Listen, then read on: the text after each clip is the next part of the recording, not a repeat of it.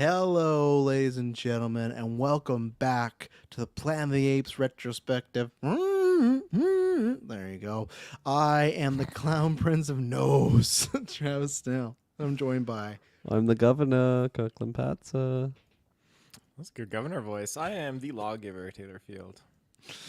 Yes, ladies and gentlemen, we are here for the 5th episode of the Planet of the Apes retrospective, marching up to. Oh, God, what the hell's the new one? Kingdom of the Planet of the Apes. Kingdom of the Planet of the Apes, of course. How could you forget? And this is the last of the original series. As we've said before, we're not doing the TV show. I've heard that the TV show comes out after this, so I think I'm going to inquire and watch it. But we are not doing that. After this, we'll be going into Tim Burton's Planet of the Apes, which I cannot wait for that. That is going to be a fucking fiery one because that's a lot of choices made in that movie from top to bottom. Good, bad, mostly bad, but I can't wait to talk about it. So look out for that, and that's why quickly the links, everything you need to know, is down below. If you could have got this series starting all the way back last year, actually. Like that's where the best thing is with our retros. We usually record them way in advance, whether it's this, Mad Max, especially next year.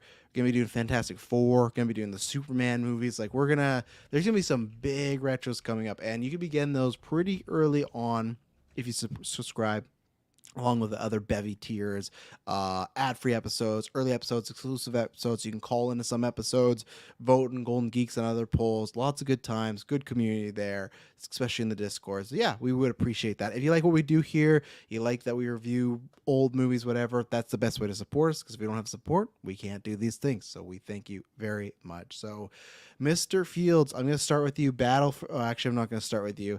Mr. Patzer, obviously, last movie we had a very controversial ending where the apes come back, they take over, they're going to kill everybody until the studio said, nah, let's not kill everybody, we got to make a sequel. So the apes were like, maybe we can find a way, and here we are. This is them finding a way to work with apes and humans in unison. Did you think that they achieved that, and did they achieve making a good movie here for the last of this this continuity? Yeah. Time travel and stuff. Also, you could still say the new Andy Serkis movies happened before this. There is a way to do that, but for the OG 60s to 70s, this is the last one. It definitely feels like we're closing a chapter, at least. loop? Yeah, like Yep. just the fact that this is like the last one in the 70s. Like, this is the 5th movie that we've done now. And what is that, like a 5-year range? Like, that's pretty crazy. For What? 68, was that the first one? Oh, are you saying they came out? Yeah, in 68. Didn't this come out in 77 or something? Or when did it come 73, I'm looking at. out? Really? Yeah, that blows my mind because I thought like the last one is 72. Battle for the Planet of the Apes. 73, yeah, so they really just... They just pumped them out like year after year. That's crazy to me. And you said Planet of the Apes was 68? I thought it was thought it was 66. 68. Oh, okay. Might have been 66. No, it's 68. So yeah, that's... Wow. They really did pump those out. 5 movies, 5 years. That's unheard of And these that's days. MCU. That they saw this, and the MCU's like, we got to Yeah. do that. Planet of the Apes. Yeah, absolutely. And I mean, it's been a fun ride going through these again. This one, like the last one, there was actually quite a lot of scenes that I did remember. I think the moving pieces of the plot I didn't really remember, just because I don't know, I probably didn't know what was going on as a wee young lad. But just certain imagery, I feel like anytime like gorillas are on screen, I'm like, I just remember them so vividly. Like their outfits are very iconic. Just maybe the way that I don't love the way they look in their masks. I think they maybe look the worst out of all the monkey men. So. Whatever it might be, I just, that imagery really sticks to me, and there's certain scenes in here that I do remember, maybe particularly about guns and gorillas' want for guns, and it just was very funny, I think, to watch this time around. But overall, like, I actually like this one more than I was expecting to. I think because of how the last movie ended, it was all over the place, and knowing like the behind the scenes things, how they had a direction, and then the studio, of course, thought it was too crazy, so they nerfed it a bit.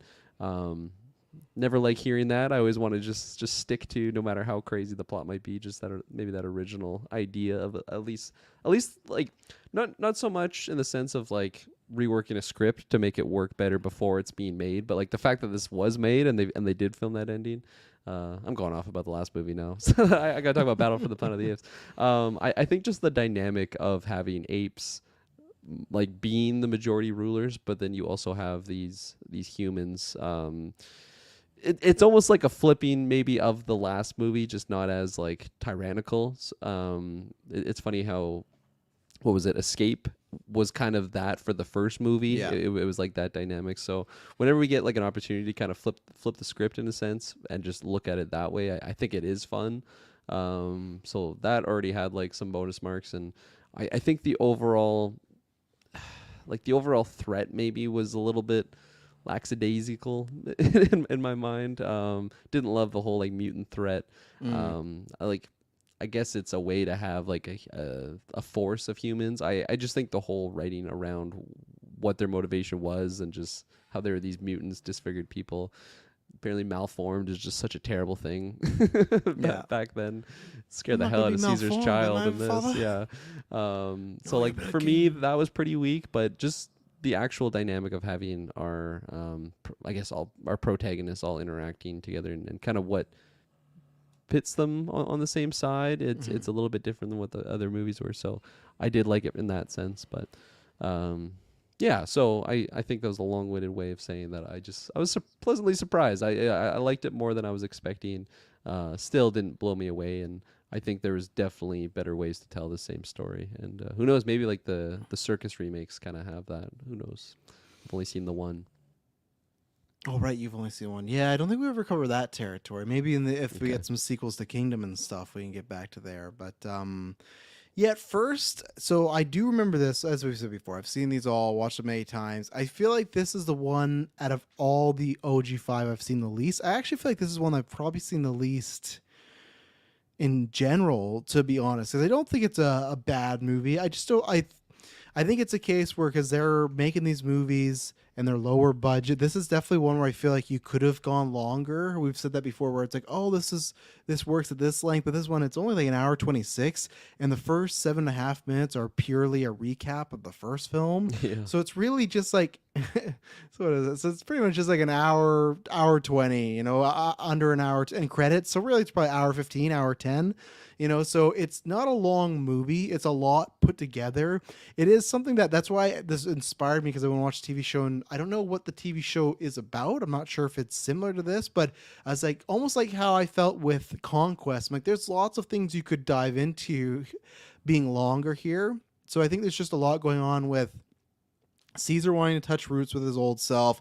You have the humans that are mutated want to get war. You have the apes dealing with humans. You have the apes dealing with himself. Apes not killing apes. You have the stuff with his son.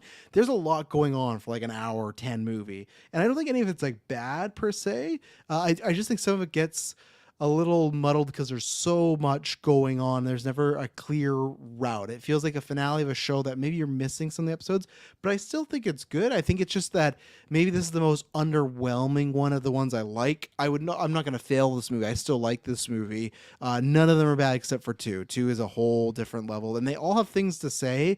But I think almost like what you said, Kirkland, where I feel like this is like the right place to end it too, because at the end of it, it feels like the only stuff that we would have wanted more of was the stories within this movie. It doesn't feel like there's more to do, and that was the good thing I think with each movie. Honestly, even though the second one had like the nukes and stuff, so you think, oh, the whole planet's gone. But other than the second and the first, I'd say from 3 and on, it always feels like it's a concluded story, but there's definitely more to it. Much like a Harry Potter movie where it's okay, this chapter's done, but there's some loose ends that we could circle back to, where this does feel like a definitive, like this to me for a franchise ender. And I don't think they meant it to be that way. If they did, great. But if not, to me, this feels like an actual good ending, because we have so many franchises that either have a shit movie or they just had no ending at all, right? They just stopped making them. That was it. This feels like it's like a full circle of Taylor and Caesar and Cornelius and Zira. Like it all goes together. And it's funny because I had in the trivia, but we talked about in the second film, at one point they're talking about the ending was going to be Charlton Heston with Nova, and it was going to be a bunch of apes and kids all living together. And it's like, we got back there. We got to that moment. So I think overall and I think there's some we'll get into it. There's some dark stuff. The Apes movies do not shy away from being dark. You know, like what happens to Caesar and his son. It's like, fuck, man. Like, that's dark stuff. The whole ape won't kill ape. There's also some, I think, unintentional comedy in here throughout that I had a good time with. So there's aspects in here I really like. I don't think it hits the nail on the head, but I think it is a good ending for the franchise. And I think, yeah, it is one that ranks lower for me, but I still enjoy it. And it's also just like, you know, you made that joke. I can't remember if it was off air or on air, but about Roddy McDowell. It's just like, there is something that, like, if he's there, it's almost always, it reminds me of like the first few movies of Jack Sparrow and and Johnny Depp, of just like, you just love him doing this role. That's how I will with Roddy. You know, anytime he's in the ape makeup, I'm like, oh, we're gonna get a banger performance here, because he always brings it. You know, like he did not. This is his fourth time playing Caesar / Cornelius, which are pretty much just the same character, and he still brings it. So yeah, like the movie, maybe not one of the better ones, but I still enjoyed it quite a bit for some aspects. And of course, there's some low tier stuff which we'll talk about. But Mr. Field, your thoughts on Battle for the Planet of the Apes? Yeah, I remember long, long time ago when I was first going through these movies and eventually got to this one. I was little, so I didn't really latch onto this one as much.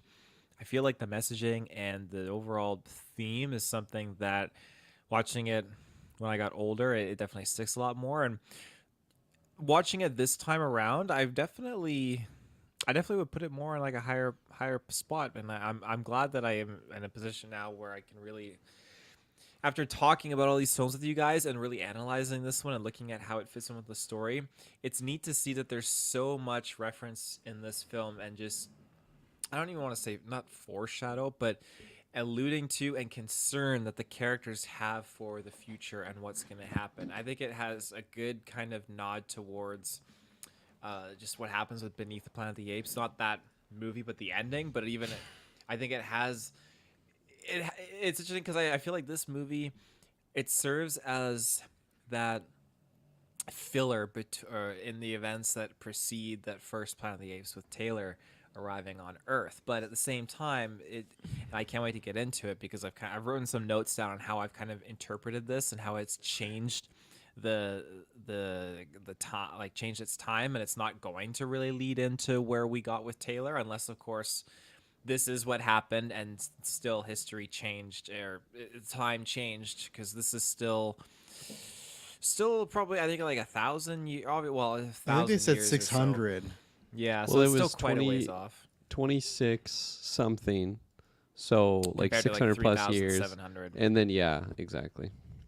Yeah, It's so kind of a there's middle still ground. there's still time for things to turn to shit, but I feel like serves as that turning point, which we'll talk about later, where it won't lead into that Planet of the Apes movie, and that kind of is like ancient history now. So yeah, no, I just think that this is it's a fun movie at times with how they're tackling certain things, but yeah, it gets very dark and it gets very crazy. It's like, holy shit, like they're not holding back in certain regards. It does feel fast and convoluted, like you said, Travis. There are lots of different things they're trying to add into this short time frame, which is unfortunate. But all in all, I like how it's told from the past sort of sense, with Lawgiver kind of giving us the rundown on things. I really like that, and I do appreciate getting to see more of how Ape City is kind of unfolding and how we have the laws and the different characters that are heads of different areas of this community and whatnot. So yeah, overall, I think it's something I'm going to revisit again for sure, and I probably would revisit this one first over some of the other ones. I like with the gunsmith, when, you know, we're jumping to the end here, but it's just like, oh, one day soon you'll be able to give it up. They just do that transition to, he's like a young ape to like a really old ape, you know, good stuff. But we should start there at the end, because I feel like, to me, how I've always gone is Rise of the Planet of the Apes is a prequel to the originals, and that's going to link it with Taylor, and he's going to land, and all the stuff's going to happen, because I've always said that the second the apes land on Earth, that would throw off the, like, oh, why are they going to send Taylor to, like, they would kind of know. So to me, that is Taylor landing is the change. And then to me, because I think there is, I don't know what their intentions were. I feel like at some point when we talked about the ending last week, I feel like their intentions were that they were going to do the loop of Zero and Cornelius land, their child, that Caesar rise up and starts this thing. But then with 4, it was the whole, they kind of pulled that back. So I feel like they originally were on the path. I think the writers have changed throughout these films, but I feel like they were on the path to kind of make it a prequel in a sense. But then I think with this film, that does kind of, to me, officially change it, because I just feel like at no points were the apes. I guess all it takes is Caesar to die, and then what? A couple decades later, some people say, "Oh, humans are bad again." But I just feel like them showing the humans and the apes all together. I just feel like I just don't know if they would have gone past like, okay, and then back to them being slaves and stuff. Like anything can happen, but I feel that that was a pivot and that was a shift. So I feel like that's where it is in my rankings. Yeah. So For me, it's like the hardest I guess way to the hardest for me to digest, like the connection between these humans and the humans of the first movie, is just like the intelligence. Like it's almost Yes. it's as if they de-evolve in the, and I know it's been like what, over 1,000 years yet to get to that point, but it just seems like they're in an early evolution stage in that movie versus yes, caveman like here, and they're just so fearful of what humans could become, whereas like it is kind of shown that way in the first movie, but it's mostly just out of like control. Like the hierarchy doesn't want people to even know about a possibility of fearing them because they're just animals in that sense. So yeah, I'm with you. I think that looking at Rise as the like the true prequel, I think that's a nice way to look at it. And this is just, I don't know, alternate timeline. They even talk about that in this movie. It's like, man, like back in 1970, what was it, 3? They're explaining the multiverse better than MCU did. Whoa. Yeah, I think we've gone so muddled, but yeah, they even say that, right? Like, oh, there's so many variations that can happen. This could just be one of them. Who is played? Speaking of MCU, did you notice the actor in this? He looked familiar. Yeah, that main you orangutan. said- He's Dr. Zola from Captain America. Oh, okay. So, I did. I like thought that, but I'm like, there's no way that's that. Virgil? That's Dr. Zola? 1973. Oh, shit. Yeah, I think he's I love younger. Virgil. He's fucking awesome in this I movie. think this is when he's a younger chap. Yeah, I think he goes hard for it, so you can see what like an actor he's gonna be and stuff. But yeah, Yeah, he's got the iconic cover too for the he April did Princess. the And funniest mug shot. Man, that mugshot, that used to scare the hell out of me as a kid. Just seeing like the box set with that face on it, it just always looked like he was staring at me. They don't look friendly. Just to piggyback on what you guys are talking about, I guess, with the humans. No, And where this kind of changes. So, we've heard enough.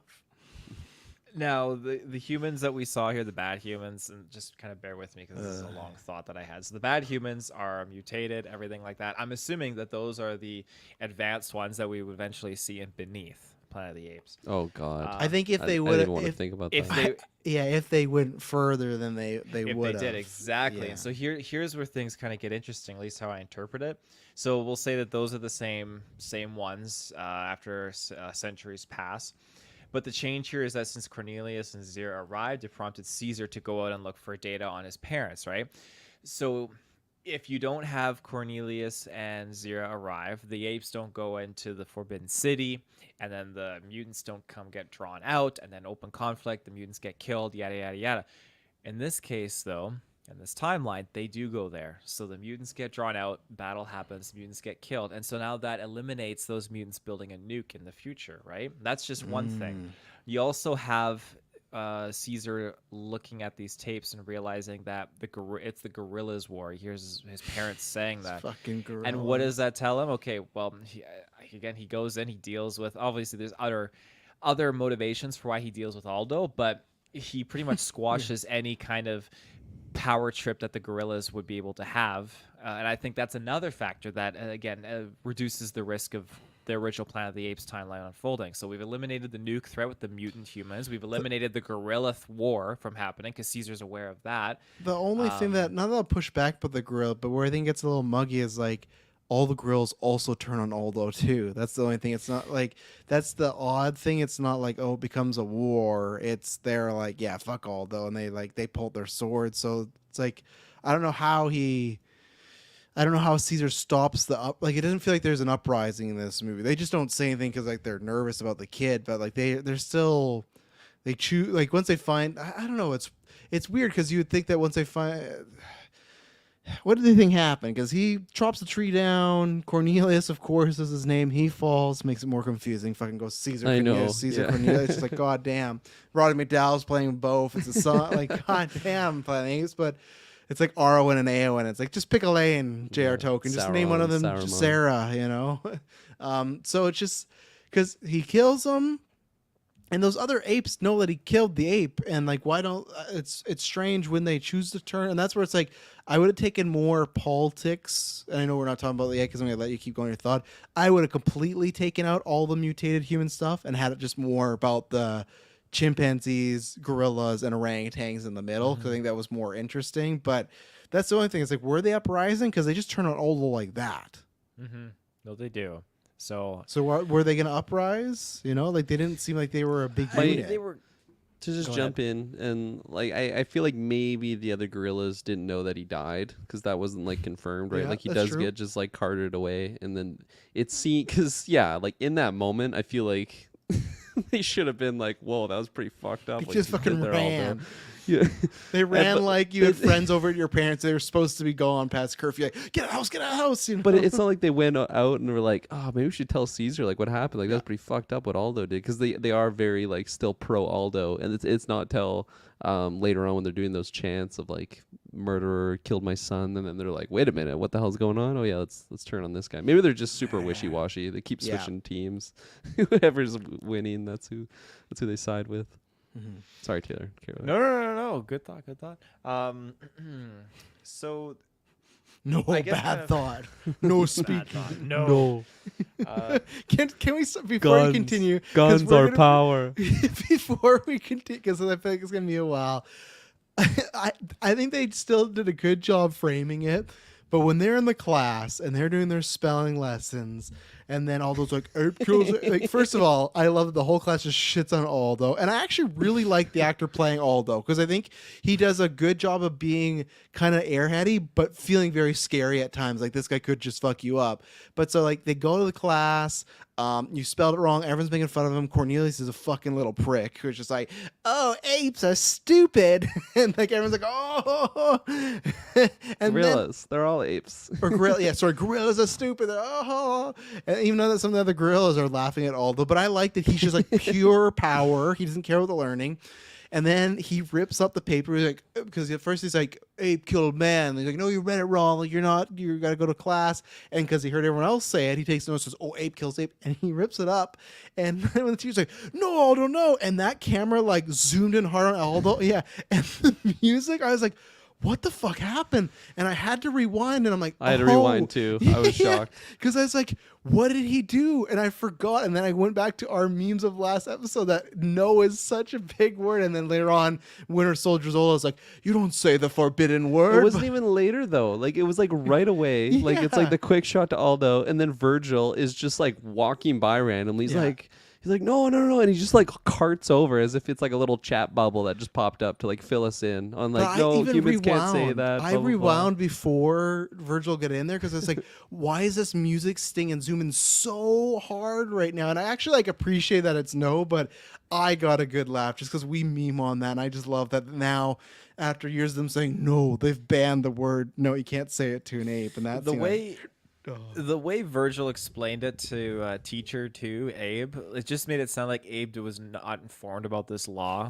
Virgil was just like, "Oh, you said the one forbidden word that humans could never tell an ape to say." Like That's what I mean. It was like a chat bubble. Like it's as if like it's just like a quick like filler of like telling the audience of what's going on. Yeah. And then because like Aldo pauses, like he's not freaking out in that moment. Virgil's just explaining this whole thing as Aldo's just waiting there, and then Yeah. teacher like comes out of like the breaking of the fourth wall, it seems, and then like interacts with Aldo. It's just a very like weird cut there. And the I teacher- understand why they did it, but Yeah, and the teacher's like scared of his life because they do. I like that they do make every ape like stand up, and the teacher saw his life Yeah. flash before his eyes. He's like, I'm gonna get beaten to death by Forbidden dozens word. and dozens of apes and stuff. And yeah, I almost wish they played it like a little less cheesy because like I get what they're doing, right? I feel like they're trying to make it like saying a derogative term to another person of a race. So I like that, but I feel like, and it's the '70s, so it's just the way. But there's like I actually think there's merit in that idea. It just the way it was edited, yeah, that all those images. I first I was like, "What the fuck is going on?" Like, Yeah. what? And then like, okay, it all makes sense. But it was fun time. So I just that same classroom sequence. There was a lot of entertainment in there with that moment, but also just when Aldo gets there and the teacher's like, "Okay, Aldo, you're gonna do some writing." He's like, "No, no, I will not do it." He's like, "You will not do it because you can't, because you don't know how." And like that's when they're just ragging on him. they're all snickering. Yeah. Like especially because we've seen such a similar type of gorilla character in the second film, and he's like a general, which I guess General Aldo He is. is a general. Yeah, he is in Aldo this. and He Ursus, says that yeah. like 80 million times. General, call me General. I'm General. Doesn't even have a gun. General. Like he's just so Yeah. powerless. He's just power tripping throughout. I liked when Cornelius goes up and it's like Ape. What was it? Ape does not kill Abe. Yeah. And he's just like it's supposed to be like a wholesome moment, like really nice. You know, he sees him more than just this little slave, and like it just the way that it goes to Cornelius, and he's just like smiling sort of at the teacher. I just could not help but laugh. It was so weird. He's like, "Oh, you're so kind, Cornelius. You're my favorite student." Cornelius, my favorite. Yeah, Cornelius was a little shit. I'm not like, Yeah. you know, he had it coming. Just gonna say, bastard. But continue, Taylor. Well, I'm sure there'll be a couple more sidelines. But so you talked about the mutants, and we talked about Aldo. You Oh, know, the yeah. apes. Yeah, I like the theory so So- far.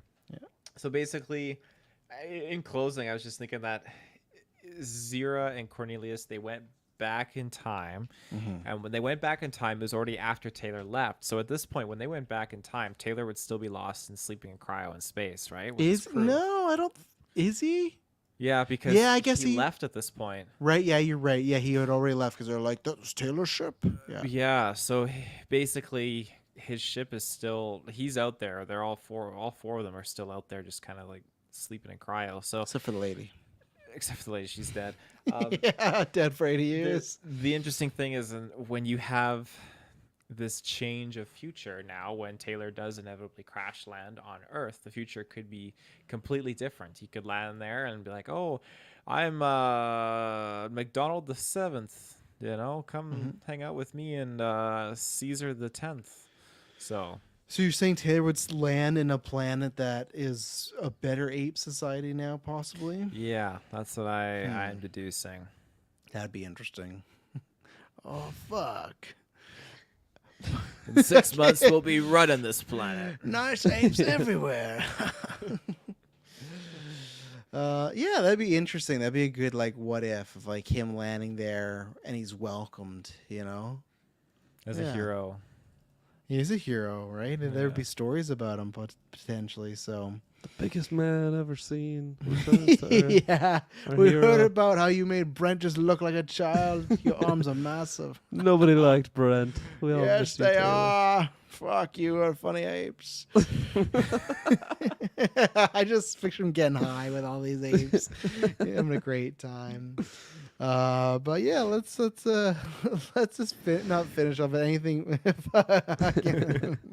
Taylor and Brent. But yeah, let's talk about that. Kind of whole instant. We talk about all this. We may as well just finish off. I'm sure he come up in this storyline again, but still.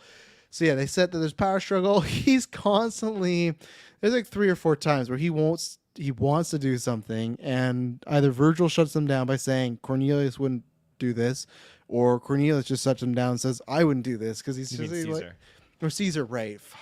Yeah, here we go. Roddy McDowell. Yeah, Roddy McDowell. Because he's just like, you burned the forbidden zone. And he'd be like, I'm the one who forbid it. And he'd just be like, who hands out guns? Well, no one hands out guns but Caesar. Like every question he had. Again, he did come off kind of dumb. Was this very answer? Like, well, you're talking to the guy that made the fucking rules. So, but I liked how slimy he was. That like the second he was gone for a couple hours, like not the forbidden zone, the second time he was gone, that was full on takeover mode. And that happened to be when the war is coming too. So it kind of fit. Like I felt like the Aldo character to me fit exactly what it was. Like I thought there's a perfect through line for all his motivations. Even the killing of the son. Like do you think he meant to kill Cornelius? Like I don't think he meant to murder him. I don't. It's like I like to think no, but like he also when they see him in the trees, everyone is just like, "Okay, well, he just heard our entire plan," and like they're Yeah. already talking about dethroning Caesar. Right. And then he's like, "Come down here, Cornelius!" Like unsheaths his fucking machete. That's Like, what else is he gonna do with that? I don't Yeah. know. And it's kind of like you have to kill him in that moment, right? Because if they tell you the plan, You're as good as dead anyways. So like Yeah. you're kind of stuck there. But it's also such a big rule that apparently the guerrillas would have been super against that. I don't think so in the moment. Maybe they would have stood up to him. Like if he actually came down and Aldo was about to murder him. Why like, don't would it's like the don't climb guerrillas- the tree? Don't like leave him in the tree, like because like it's tough though, right? Because it is a very Davy Jones, Jack Sparrow, Barbossa, where it's like they're talking about taking the Black Pearl. You know, like they're talking about getting rid of the captain, and those apes were still in on it. So it's the same way of like, okay, I guess maybe they thought because Cornelius would go back and tell his dad, but you're right where they would think, well, there's not a kill ape rule, so maybe would they think the worst is they would just excommunicate them or they'd do some time or something, right? Because I feel like there's definitely some disagreement with apes, but I feel like this is the first situation they've had where it's like criminal activity. Someone's trying to overthrow Caesar. Definitely Yeah. first time for murder. So it's like I'm wondering what the other apes are thinking that moment. And that's why I said I would prefer, because like when they do find out, it's like you killed an ape. Like they feel so surprised. It's almost like they're feigning surprise. Like what? He killed him? Like they didn't see any of this. Like they're just throwing him under the bus because he got caught. So that's why I actually would have preferred. Like yeah, what did the apes think was going to happen if Cornelius got away? Because it couldn't be good, right? I'm not saying they were gonna fucking kill all the apes, but you're trying to overthrow Caesar, who's like their god at this point, right? Like their president, their leader. Not great. And they didn't really stop Aldo from hunting him. They're just like they just watched. They sat around a campfire and just watched this kid get murdered, you know? I think it's a good kind of reflection too of, I mean, when you look at society and you look at how some people just hate other people and they're not getting their way, and just people will just blindly follow and not stand up and challenge it. And that's exactly what his comrades did. They just blindly followed him. And it's the negative downside to what is it? You know, with great power comes great responsibility, and you all have that I responsibility. think I've heard with the quote's a little different. I think it's like when you accept great- responsibility, you'll get great power. I've heard it that way yeah, too. That's right. Yeah. Yeah. good reference. So what was your good reference? What are you talking about? I know exactly what you're talking about. Okay, good. So in your theory, what are the apes? What are they thinking? Why did they kill the other ape? Why did they kill Aldo? Or they don't kill him, but they were gonna. They had their fucking swords up. They were ready to skewer this ape. You know, if Caesar didn't do it, they would have. Well, I mean, even Caesar didn't kill him. He fell on his own accord out of the tree. What was Caesar, Caesar gonna was do if he got his hissing. hands on him? Well, gonna Aldo fucking went kill to like him. come at him, and Caesar thought he just like pushed him. grabbed his. No, Aldo just quit. But he quit. Yeah, Just I don't think he committed suicide. I don't think that. But okay, fine. They both make it to the ground. I think Caesar was gonna kill him no matter what. Yeah, I think so. And it alludes to that too, because earlier he's talking to Virgil about is it how did he say that? Like, is it wrong to kill evil? Yeah, or it's something like that. That was an interesting part too. That so already he has like a couple weird sly remarks about Aldo when Aldo and him get in their first confrontation, and then when he like rides by on his horse, he says to God, who's the human that's his helper's Riding brother? to the McDonald. He's like riding to McDonald. the fall. Yeah, is what he yeah. says It's like, about oh, that Aldo. ape is riding to his own fall. And it's like, what the fuck are you insinuating? Like, what does that even mean? Like, maybe he Take just the means shot. yeah, maybe that just means politically stuff like that. But yeah, before that whole thing happens, he's having that conversation of man, our ancestors, which is weird. He's talking about his ancestors. He's the ones making the ape. Like his, I guess he's talking about the ancestors in the real past, right? Like that were on the planet with Taylor and Cornelius and everything. Because he said, he's talking about ancestors Yeah. if they only knew Yeah, about no, evil, yeah, would you're they right. kill, right? You're right, yeah. So, because his only ancestors would be his mom and dad they didn't meet, so he can't refer to them. Which I can't remember in the OG 2 films. I don't think, did they mention ape doesn't kill ape? Maybe once? The first movie. Did Yeah. they? Yeah. I think they did mention it, yeah, in their It's been so Sacred long now. Scrolls or whatever. Okay, so maybe it was. Okay, so that's fair enough. So again, you have him insinuating like, oh, Aldo's gonna go for a downfall, and then also talking, just being to McDonald's, being like, hey, I wonder what they meant by that. Like, do you think they'd want to kill evil apes, pretty much, or So it was, and that's where again, I almost wish that the inciting because I think it's both of them. I like that they do like I said, we talk about this in many things. They fucking killed Caesar's kid off. Like that's a dark route to go down, but I almost wish the turn was more about the leadership because they already had Yeah. Caesar questioning like, oh, what should I do? But it's like the second he kills his son, everybody's gonna be like, well, you fucking killed Mabe, it's over for you. I wish it was maybe in response, Aldo killed his son, but I wish it was more political of him trying to take over a lead and stuff. So they kind of were setting up an interesting idea of you have this guy who's a threat, ruining your community, maybe hurting other apes, not killing them. How do you deal with them if you can't kill them? But like I said, the second you kill an ape, that's null because we're gonna kill you too. It's fine death penalty because I don't know. That's a debate for originals and bread and butter. I know we've talked about it before. Like technically, if you kill someone, you could serve 60 years and come out. But like, I'm somebody that's like I don't know. It's like a it's over for you. Waste of money. Yes. Yeah, I feel like I completely agree with just the like I think the overall threat could have been a lot more interesting if it was focused more on the politicking, and then you don't even need like the mutant humans to do the uprising. Like I think this is actually a better story if you just kind of keep it more of a civil war amongst the apes, and that doesn't mean you can't have humans there, because I do think that part of me is an interesting just concept of them, especially even just from like Caesar and like the hierarchy, I guess, of society. Like they have no reason to really, or maybe no motivation to really keep these humans like on the pedestal that they are. Like they could really just put them in corrals and call it a day. Like they are the ruling party of the world at this point in time. So I think it just kind of gives us a little bit more depth on just I think from them and what differentiates them from where we see the apes in the I guess the year 3700, whatever it is, of the first movie, when it is just a super clear like people would shun you if you treated humans with maybe the respect that Caesar kind of has in this movie.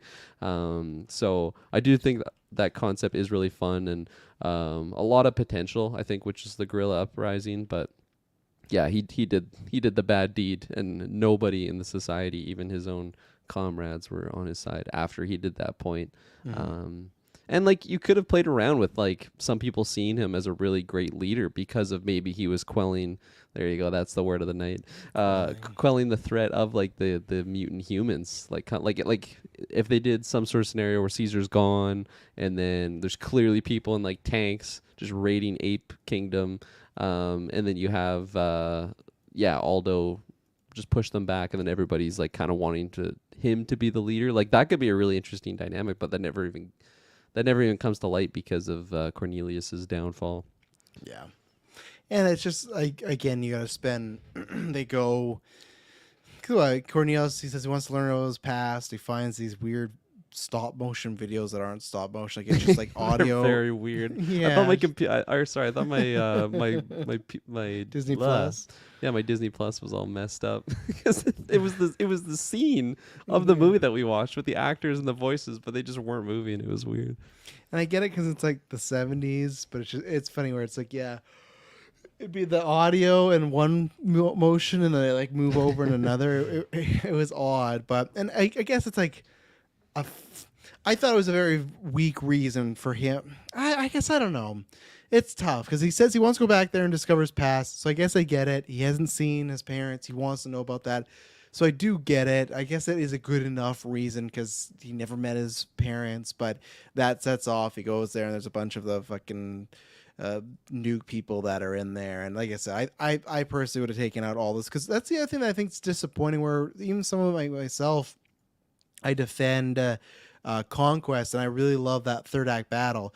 To me, the battle at the end of the movie is not, it's in a big field and it's cool to see because like, oh look, it's like Planet of the Apes style setting in a war. Like, okay, there's buses. Like that's definitely something I want to see done today because I feel like it could be done better. But just the battle is just not that exciting. I have in my trivia note where there's a treehouse that's on fire. That's the same treehouse they show a bunch of times. It's just shot from the different angles, so they only lit on fire once.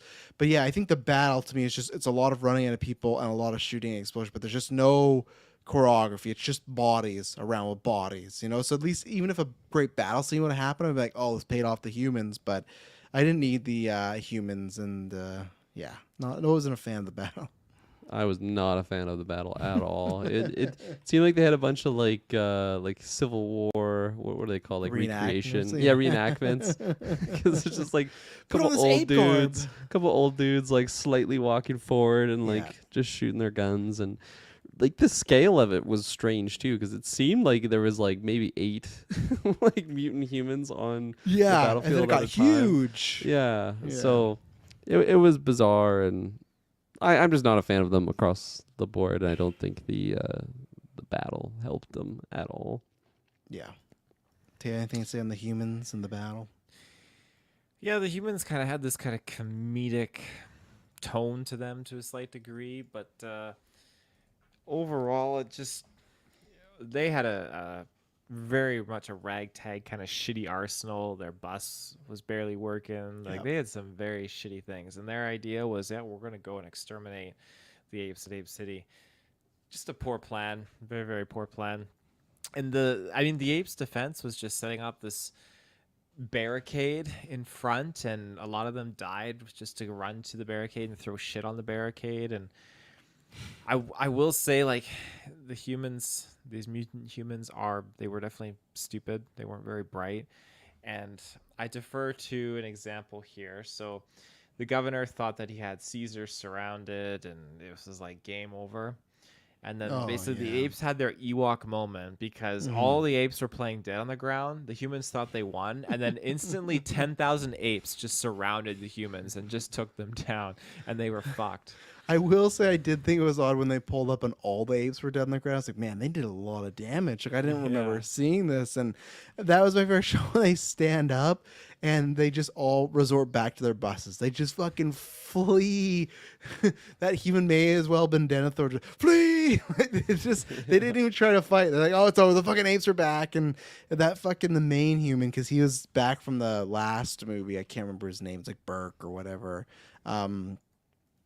He had Caesar up, and it was weird because Caesar was almost acting like he couldn't talk again because he's talking to, but Caesar just kept doing like that mouth, like he wouldn't say anything, and he's going off about it, like, and I know you picked your name, clever boy, so clever. You're clever boy. He kept saying clever over and over again while he had the gun to him. Like, just shoot. Like, I don't want to see Caesar lose, of course, but like from your perspective, what do you need to talk to this ape about? The whole idea was we're going to destroy the city. What the fuck do you need to talk to him about? Why he picked his name as a book? Like, why isn't he gunned him down? Like, tell him like every Caesar has their Brutus. Yeah, like it had such a. It just that humans were made to be very dumb, and so yeah, kind of all around. Unfortunately, nothing really I could take from the battle scene as far as like a highlight, you know, which just sucks because like the big third act, you know. So probably cost them a lot of money too to do that overall sequence. They're always trying to keep these movies under budget. They had a school bus at one point. Yeah. They had a bunch of military vehicles. Yeah, no, they don't need that. Just spend more money on other stuff, the actors, or make the movie longer. Charlton Heston back. You get he lands. Oh, in the middle of the war. What am I doing? Who do I side with? I did like it's back and forth. I did not like that Caesar and Aldo ended up back in the tree. I thought that was very just cheesy that we're just pretty much doing the exact same thing. But I did like that fucking McDonald gets his chance to be like, oh, acting exactly like humans. Just like he said he said under his breath to another human, but it felt like he was just waiting the whole time to be like, see, you're not better than us, but yeah. I liked when Caesar was freeing them, and then he kind of like he recognizes that humans are in a lower class position, of course. And it's like, well, if you're gonna free us for real. And I just thought that was a nice little moment that differentiates the humans of the first one, where they're literally like Neanderthals, like they just can't think straight. Their brain is not working, whereas these ones are intelligent, and I would imagine someone in that place of intelligence would, they'd be looking for a way to get out of that place of slavery. So Even though a lot of them, they have this big speech, and I get it, it's just that they're not going to be slaves, but I felt like when they're having the conversation with Caesar, it's making it sound like they were going to leave, but then most of them just stay there still. They're like, Yeah, that's fair. we have to make our own path and our own laws, and then the next thing, McDonald's like, well, what should we do next? Like, what about the fuck these guns? Which I did like, because I forgot about this. You had that gun keeper, and he's like, I love where he's like, and I have a plan. And Caesar's like, yeah, you want to live here? Yeah, you can live here. You can find. He's like, no, I don't want to fucking live here. Like, I want to destroy this place. I did like that Caesar's like, well, there'll be a day. Because I thought at one point they were going to destroy him. Like, you just had this huge battle and you're going to be dumb and just destroy these guns. So I like that the answer was, hey, eventually we'll destroy this hut and these guns, but we can't right now because we don't know what threats are out there. And they did answer, because I think I mentioned this last retrospective, because I was like, how do they go from the apes taking over the city to just being back like Planet the Apes style? They did mention that nukes went off. Obviously, we talked about that, like with them whatnot, but I had forgotten about that last retro. So that answered to me how they got back to like trees and tree houses and dirt beds and stuff, because it didn't make sense that Caesar took over fucking like New York City and then like, let's go back to, let's go back to the woods and just live out there. So, and then my last note that I have too is the main bad guy had a like some sort of wingman or his right hand man. He was the taller bald guy, and they were talking about pretty much like A Bug's Life, like why they got to stop the apes. And he said this line verbatim: well, because A destroys B, and then B destroys C, and then C destroys D. I wish there was a cut where he just went into the entire alphabet. I think once they did A destroys B and B destroys C, I think we got it. But we also did not need the continue of the quote. But yeah, weird situation going on there when the humans leave and you have some of them that are like tired, just reaching at them like zombies or some. Yeah. Area. No, that was a trippy spot, and I loved it too, because our governor was Governor Culp. At first he's like, yeah, like if they shoot, then you can shoot back, but shoot to maim. Like, we don't want to kill them, we want to interrogate them and whatnot. And then he like sends out the fucking Dumb and Dumber crew that like they have no capability of like tracking down these people like anywhere. Like, it just seems like they can't find them. So then he just goes on the radio, he's like, just shoot to kill now, like don't let them get away. It's like they like haven't even seen the targets yet, like they haven't even interacted with them. It's as if they found out that these two apes and the one human just murdered like 10 people. It's like, oh, we want them dead now. Like right away he just hits the panic button, and then it just like escalates further, and he's just like, you gotta get them, you can't let them escape. It was just a really fast escalation that I found pretty humorous. And yeah, when they're in like the plague quarry, that was kind of strange. And when they just like jumped down at Virgil, I have no idea what happened there. Like did they just get attracted to movement? Like they just leaped down and grabbed him, and then they started grabbing the guards when they ran by. Like it was strange. Yeah, I didn't like being there. What else do I got here? Oh yeah, so then after that moment, his like first officer is explaining to the governor what happened. He's just like, they were fast, they were so fast, we just couldn't get them. It made me think of Edward Cullen. Yeah. So what do we got now? Oh yeah, the malformed thing. I thought that was just a big point of emphasis across the board. Major fear for the young Cornelius. Yeah, don't know what his last name is. I don't think they even have last names. Cornelius Caesar. Cornelius Caesar. All Caesar. take the name Caesar. The whole guerrilla rally was just really hilarious in the woods when he's just like, we want guns. Guns are power. And he just like, again, he's not very educated, clearly. He was failing in his school studies, but really trigger when it comes to guns. And go to school, kids. Don't be like Aldo. No, don't want to be like Aldo. And when Cornelius was just dying on the bed, and he's just like, they hurt me, Pop. They hurt me, Pop. I don't know why he couldn't just say, like, yeah, it was Aldo that murdered me. It was the guerrillas. They're coming to murder you now. Aldo cut me down from a fucking tree. Will I be malformed now? Yeah. Like, that's what he said on his dying bed, but fucking dummy. Yeah, that scene...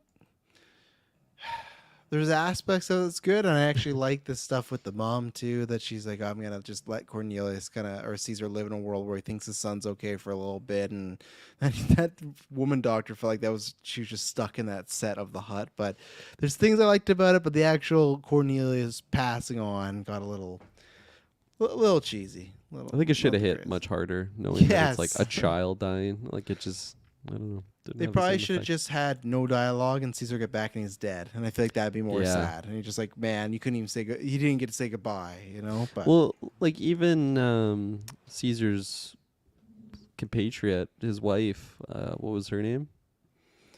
oh, I can't remember whatever fuck me eyes were. So Whatever her name was, like when because she finds Cornelius first, right? And then she's like, I'm not going to tell Caesar right away. In that Yeah. moment, I'm like, oh, this is going to be such a big deal. Like Caesar's going to see red, and it's going to be like the end of the last film, but he's just going to be burning down all these gorillas, and just really didn't have any big effect at all.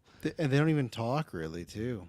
Him and his No. wife about Yeah. any of this. They don't like. They're just like they just both say ape killed ape, and Yeah, that's true. That is what they said. that's the comment. They probably divorced now, and not on good terms. But Taylor, anything to add here? Oh, there was the one phrase in it that I really liked because after McDonald was let out by Caesar from that pen after they dealt with Aldo and all that, and the other humans were let out, McDonald was kind of just advocating for, like, you say you're not our masters, but let us have our own we all have our own destinies. Let us decide for ourselves, through love and whatnot. And Caesar immediately just counters with, violence is the human way. And then fucking Virgil, I love him. He just counters Caesar and says, well, Aldo wasn't human, was he? And then Caesar's just like, nods his head in agreement. And he says you're one of the wisest apes I know. I would love it if it was the other way of like, don't talk about my fucking son like that. He just says like, and you will stay slaves forever. He just goes back to the original ending of Conquest. He's just like, our own laws, our own people. But yeah, Virgil, very smart character. Good he had him by his side. So, any other notes before I do some trivia here? Okay. Mr. McDonald from Conquest Planet of the Apes, Harry Rhodes, that's the guy who played him, was also meant to return, but after Rhodes refused, the character was changed to his brother, and Austin Stoker was cast. So it wasn't a recast, it was another McDonald. He's his twin brother, right? I guess. I like to think that they just murdered the original one in New York and were like, yeah, you can come along. Sorry, we murdered your brother. Yeah, I already talked about this. That treehouse they show them blowing up was the same treehouse, same shot. They just shot from multiple angles to save the budget. So there you go. Governor Breck was originally planned to return as the villain, but Don Murgy wasn't interested. However, Severin Darden was able to return. So Breck's former security chief, Calp, was promoted to main villain, which I think would have worked better. It's weird that you got two main characters from that first one that the actors just didn't want to come back at all, So I think it worked a little bit better, but again, now I just wish in 4 they really just killed that human character off and would have been satisfying, but no. That's why he didn't want to come back and say, I know you're going to kill me. I don't want to die to the apes. I want to be out there alive. Although I guarantee you fucked that guy up. This is supposedly the film that inspired Tony Mendez to create the Operation Argo during the Iran hostage crisis situation 1979 to 1981, in which he traveled to Iran to disguise as a film producer, had hostage disguised as a film crew in order to flee the country. As such, a clip from the scene which Caesar McDonald and Virgil arrived in the Forbidden City. So yeah, if you've seen Argo, this had a bit to do with it. So if not, watch Argo. Great movie. Director J. Lee Thompson was very unhappy about the budget limitations imposed on him. He had agreed to direct this film before the final screenplay was in place. So I do get it, but at the same time, he did agree at a time when it wasn't set in stone there. So 20th Century Fox had already decided to move the franchise to television before the production had begun. The previous entry, Conquest, had incurred some criticism for being too violent, so the intent with the sequel is to make it more appealing for families and children. So I guess that's why they had a child murdered in this fucking movie. I don't get it. It only makes Uh, sense. yeah, in earlier drafts, Caesar had developed radiation poison after returning to the city of the dead and experienced hair loss throughout the film. I'm very glad they dropped that plot because one, the makeup crew didn't need to do that, and two, when we talk about stuff like when we were recording this recently with Madam Web, there's like a plot where you go, oh, you can take that out. Sometimes movies you just take stuff out, you know. And him losing hair, that was a good thing to take out. We didn't need 15 minutes of Caesar struggling with that, so. And then finally, much like the second one, they did do their ending like we talked about, but they originally, again, had planned. The group of kids at the end was that included a human hybrid of an ape and a human kid, symbolizing two species could coexist. A makeup test was made, but the idea was removed due to the obvious implications of bestiality. So, yeah, it's interesting that both for the Planet of the Apes 2 and this one, they're like, it's going to end with a group of people and apes, and then you're going to see um, kid human ape together, like both in two different decades. They really wanted to do this like hybrid human, and both times they're like, nah, let's maybe not do it. So, and I think that's probably for the best. But yeah, they thought about doing it again, and they got makeup tests, and Maybe in the new movie, yeah, maybe it's gonna happen. Kingdom. Oh, wait a second. I was gonna click it. Doesn't count. Doesn't count. I was blinking. Oh, you playing like this? Oh, that's for the video version. Taylor Field, what would you rate this movie, Battle of the Apes? Oh, I would probably go. I'd probably go like a 7.5 out of 10. I feel good about this. I would rewatch it, and I think it serves an interesting place in the timeline as where things were at one point, where things are going to go, and just seeing our characters and getting to know too that at this point where the lawgiver is telling the story, it's in the year like 2000 something, as we mentioned earlier, and shit goes down in 3700. So yeah, I just think that there's good messaging in this. While it is definitely a rushed film, and it could have done with some more honed down, refined storylines, and maybe even put in like an extra 15 minutes, I would have appreciated that, just to flesh out some of this more important storylines that we got.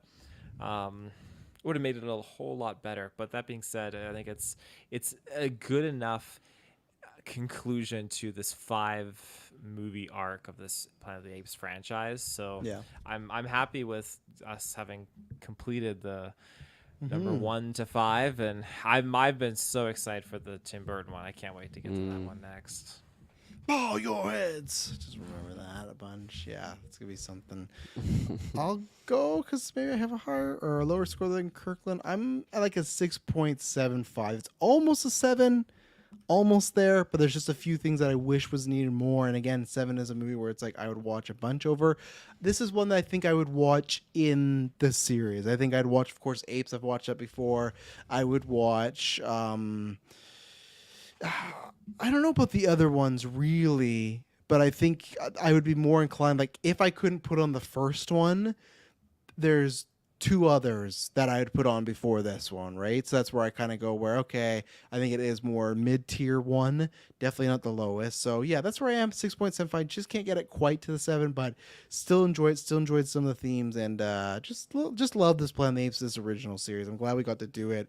And like I said, I will always watch the 5 together, even though I think after the retro, I feel like watching at this age, I'll probably skip 2 from now on. I don't know if I need to do that again, but this one I would not skip. It's in there. I'm a little underwhelmed at some points, but it still is going for some heavy themes, classic Planet of the Apes style. So For sure. Yeah, I think I'm like right there with you, like 6.75, 6.5. I think I was like a little bit lower, but Taylor's explanation of that little time travel theory actually made me enjoy this a little bit more in hindsight. I like that idea of this kind of being like a different timeline of just because of certain things that took place, certain steps maybe, like Caesar coming into play.